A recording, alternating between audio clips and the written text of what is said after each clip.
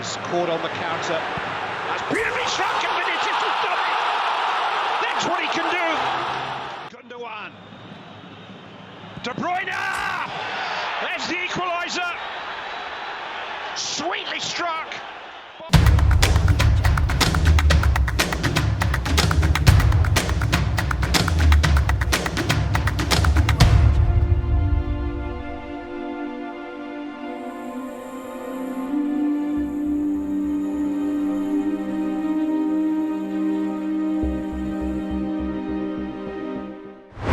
Leg pertama babak semifinal Liga Champions akhirnya resmi digelar dini hari tadi. Real Madrid yang bertindak sebagai tuan rumah gagal memanfaatkan keuntungan tersebut karena Manchester City mampu menahan imbang mereka. Namun di balik hasil imbang itu ada beberapa deretan momen menarik yang layak untuk dibahas. Seperti aksi dari Vinicius hingga strategi dari Pep Guardiola yang tidak seperti biasanya. Dan untuk itu, inilah kronologi serta deretan drama dalam pertandingan antara Real Madrid melawan Manchester City.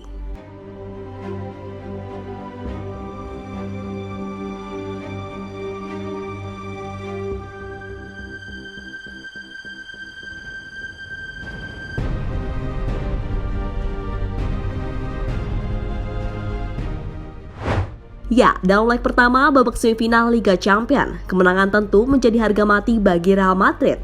Karena jika menang, maka itu akan menguntungkan mereka saat menghadapi leg kedua nanti. Strategi jitu pun sudah disiapkan oleh Carlo Ancelotti untuk mengatasi perlawanan dari Manchester City. Salah satu strategi itu adalah bermain seefektif mungkin, contohnya saat mendapatkan peluang untuk mencetak gol.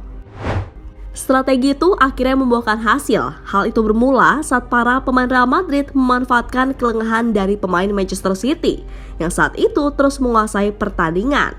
Ya, saat lengah, pemain Real Madrid langsung melakukan serangan ke gawang The Citizen. Hasilnya dalam sebuah serangan kilat, Real Madrid berhasil mencetak gol melalui sepakan jarak jauh dari Vinicius Junior. Was caught on the counter. That's beautifully struck and Vinicius has done it. That's what he can do. Tak ingin timnya kalah, pada babak kedua Pep Guardiola mengubah strateginya. Dirinya kemudian menginstruksikan skuadnya untuk bermain lebih hati-hati dan tidak buru-buru dalam membangun serangan. Selain itu, Pep juga mengarahkan timnya untuk bermain tidak terlalu dominan dan membiarkan Real Madrid menguasai pertandingan. Perubahan strategi itu akhirnya membuahkan hasil, karena Manchester City akhirnya bisa mencetak gol balasan. Gol itu bermula saat umpan dari Gundogan berhasil dimanfaatkan oleh Kevin De Bruyne lewat sebuah tembakan jarak jauh yang gagal diantisipasi oleh Courtois. Gundogan. De Bruyne.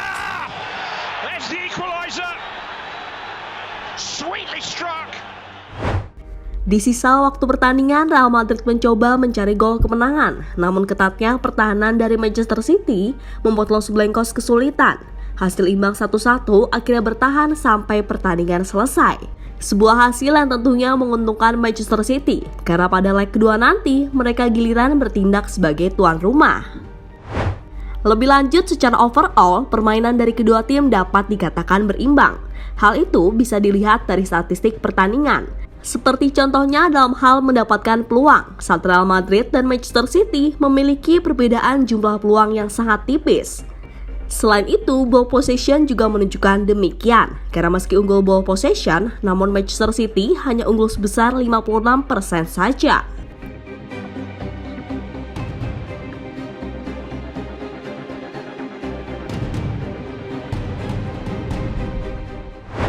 Sementara itu, di balik hasil imbang yang didapatkan oleh kedua tim, tentunya ada beberapa momen menarik di dalam laga tersebut. Dan semua itu akan dibahas dalam beberapa subjudul berikut ini.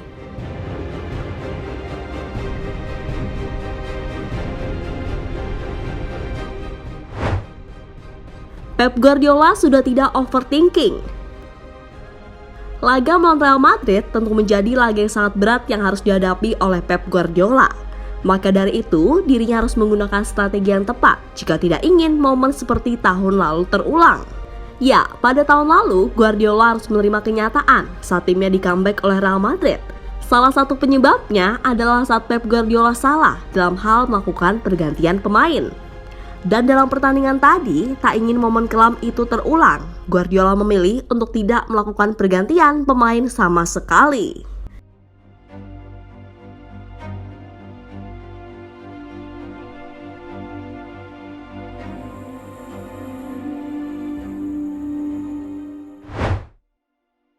Haaland gak bisa apa-apa.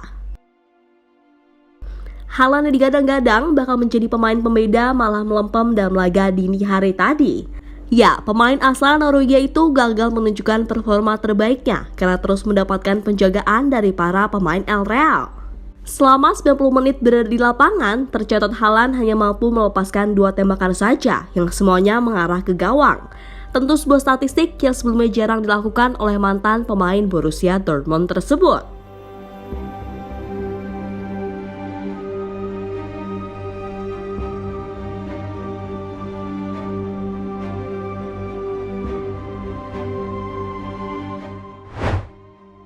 Performa impresif dari Vinicius Junior. Winger yang satu ini benar-benar menjadi pemain terpenting bagi Real Madrid musim ini. Bagaimana tidak? Karena dalam pertandingan melawan Manchester City saja, Vinicius mampu menunjukkan performa terbaiknya. Selain gol yang dicetaknya, dirinya juga beberapa kali berhasil mengacak-acak pertahanan dari The Citizen lewat skill individu yang ia miliki.